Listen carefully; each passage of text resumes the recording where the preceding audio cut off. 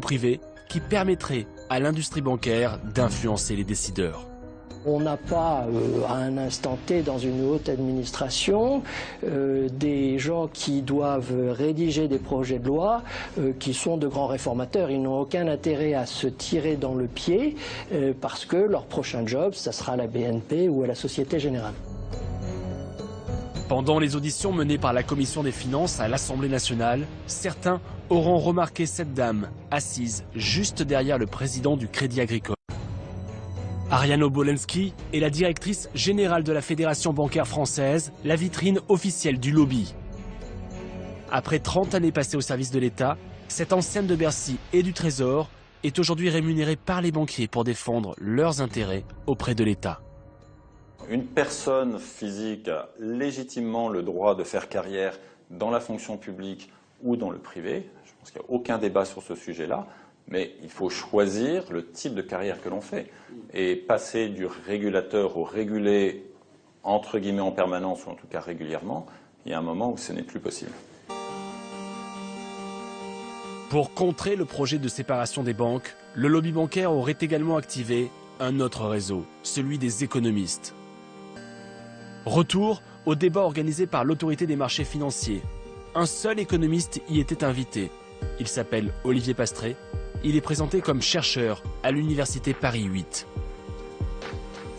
Olivier Pastré, professeur d'économie à l'université Paris 8 que vous connaissez tous. Qu'est-ce que cet économiste, invité par l'AMF, est-il pour ou contre la réforme voulue par François Hollande? Est-il pour ou contre un retour au Glass-Steagall Act, cette loi américaine qui coupait les banques en deux?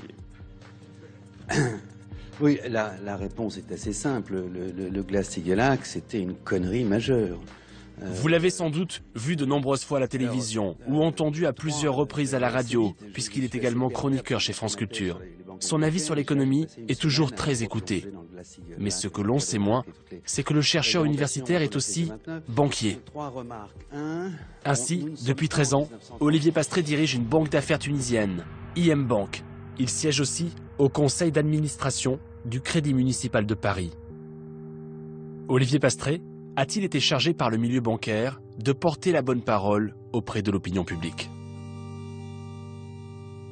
Est-ce que vous êtes un économiste ou vous êtes un banquier? Qui nous parle?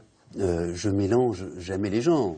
C'est-à-dire que je suis en permanence en situation de conflit d'intérêts, entre guillemets. Mais les conflits d'intérêts, ça se gère.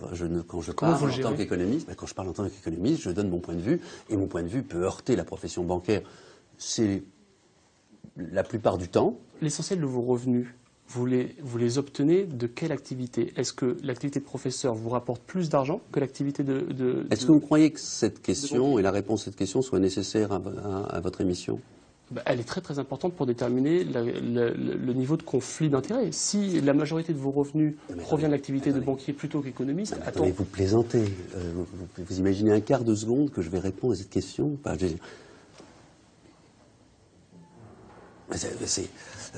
En quoi ça vous regarde? En quoi ça... Maintenant, c'est moi qui vais vous interviewer. Pourquoi vous me posez cette question? Ça m'intéresse parce que quand je viens à un débat et quand je vous regarde à la télévision, j'ai envie de savoir si la personne qui me parle est vraiment objective sur le sujet. Vous pouvez arrêter le film, s'il vous plaît? Fin de la discussion. Les économistes n'aiment pas évoquer leurs liens avec les banques, sujet sensible. Dans un livre qui a fait polémique en 2012, le journaliste Laurent Mauduit révélait le double visage de certains universitaires très médiatiques qui, parallèlement, étaient payés par des banques ou d'autres grands groupes industriels. Ces conflits d'intérêts peuvent-ils altérer leur jugement?